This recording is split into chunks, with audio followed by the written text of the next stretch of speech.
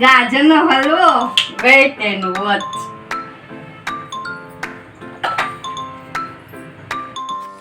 મિષ્ટીની ફરમાઈશ પૂરી કરવા માટે હું બેસી ગઈ ગાજરનો હલવો બનાવવા માટે. પહેલાં તો મેં 2 કિલો જેટલા ગાજર લઈ લીધા. ગાજરને સરસ મજાના પાણીથી વોશ કરી લીધા અને પછી એકદમ સાફ કપડાએ લૂછી અને પછી હું ગાજરને છીણવા માંડી. છીણતા વાર તો બહુ લાગે, પણ બાળક ક્યારેક ક્યારેક કોઈ ડિમાન્ડ કરે તો પૂરી કરવી જોઈએ. જો ગાજરનું છીણ કરી લીધું અને મેં એડ કરી દીધું 2 ચમચા જેટલું ઘી, જે એ પણ હોમમેડ ઘી એડ કરી અને પછી મેં એડ કરી દીધું ગાજરનું છીણ.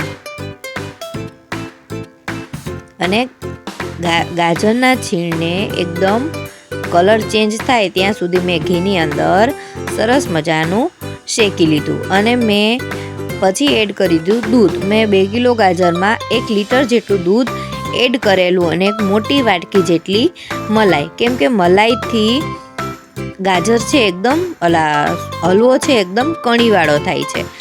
એટલે બસ 1 લીટર જેટલું દૂધ એડ કરી અને પછી હલવાને હલાવે, કારણ કે દૂધ બળતા હલવામાં બહુ વાર લાગે, બધાને ખબર જ છે. જો દૂધ એકદમ ઉકળવા લાગ્યું એટલે હલાવતા રહેવું પડે, નહીં તો નીચે બેસી જાય.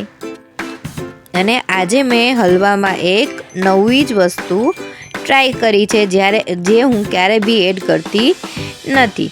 તો હલવામાં પહેલાં તો મેં એડ કરી દીધી 2 વાટકા જેટલી ખાંડ. એ કદાચ આશરે 200 ગ્રામ જેટલી ખાંડ, 200-250 ગ્રામ જેટલી ખાંડ હશે. ગાજર મીઠા હોય એટલે એટલી બધી ખાંડની કંઈ જરૂર પડે નહીં. બધાના ઘરમાં અલગ અલગ હોય છે, કોઈ વધારે મીઠું ખાતું હોય છે, કોઈ ઓછું મીઠું. તો નવી વસ્તુ એ છે કે આજે મેં એડ કર્યો છે મોળો માવો. 200 ગ્રામ જેટલો માવો છે એને મેં છીણી લીધેલો અને એડ કર્યો. આજે હસબન્ડ કહે છે કે આજે માવો નાખીને ટ્રાય કરને, જે હું ક્યારે બી એડ કરતી નથી. તો આજે એક નવી જ વસ્તુ ટ્રાય કરી અને હલવો બન્યો તો બી સારો. હલવો તો બધાના ઘરમાં બનતો જ હોય છે, પણ બધા અલગ અલગ રીતથી બનાવે છે. તો આજે મને થયું કે ચાલ હું જેવી રીતે હલવો બનાવું છું એ રેસીપી હું તમારી સાથે શેર કરું. તમે બધા મારા વિડીયો જોવો છો એના માટે થેન્ક યુ. તો જો છેલ્લે હલવોમાં જે દૂધ બળે ને પછી જ એને બહુ કન્ટિન્યુ હલાવતા રહેવું પડે છે, જેથી કરીને હલવો બેસી ન જાય. અને પછી મેં એડ કરી દીધા મસ્ત મજાના દિલ ખોલી અને ડ્રાય ફ્રૂટ, કાજુ બદામને એકદમ ઝીણા ઝીણા ચોપરમાં ચોપ કરી લીધેલા.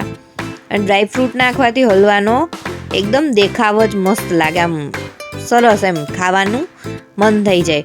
પછી જો ફાઇનલી મારો હલવો થઈ ગયો તૈયાર અને આપણે આપી દઈશું હવે મિષ્ટીને. વિડીયો ગમે તો લાઈક કરો, શેર કરો અને ચેનલને કરો સબસ્ક્રાઈબ. તો મળીએ નેક્સ્ટ વિડીયોમાં.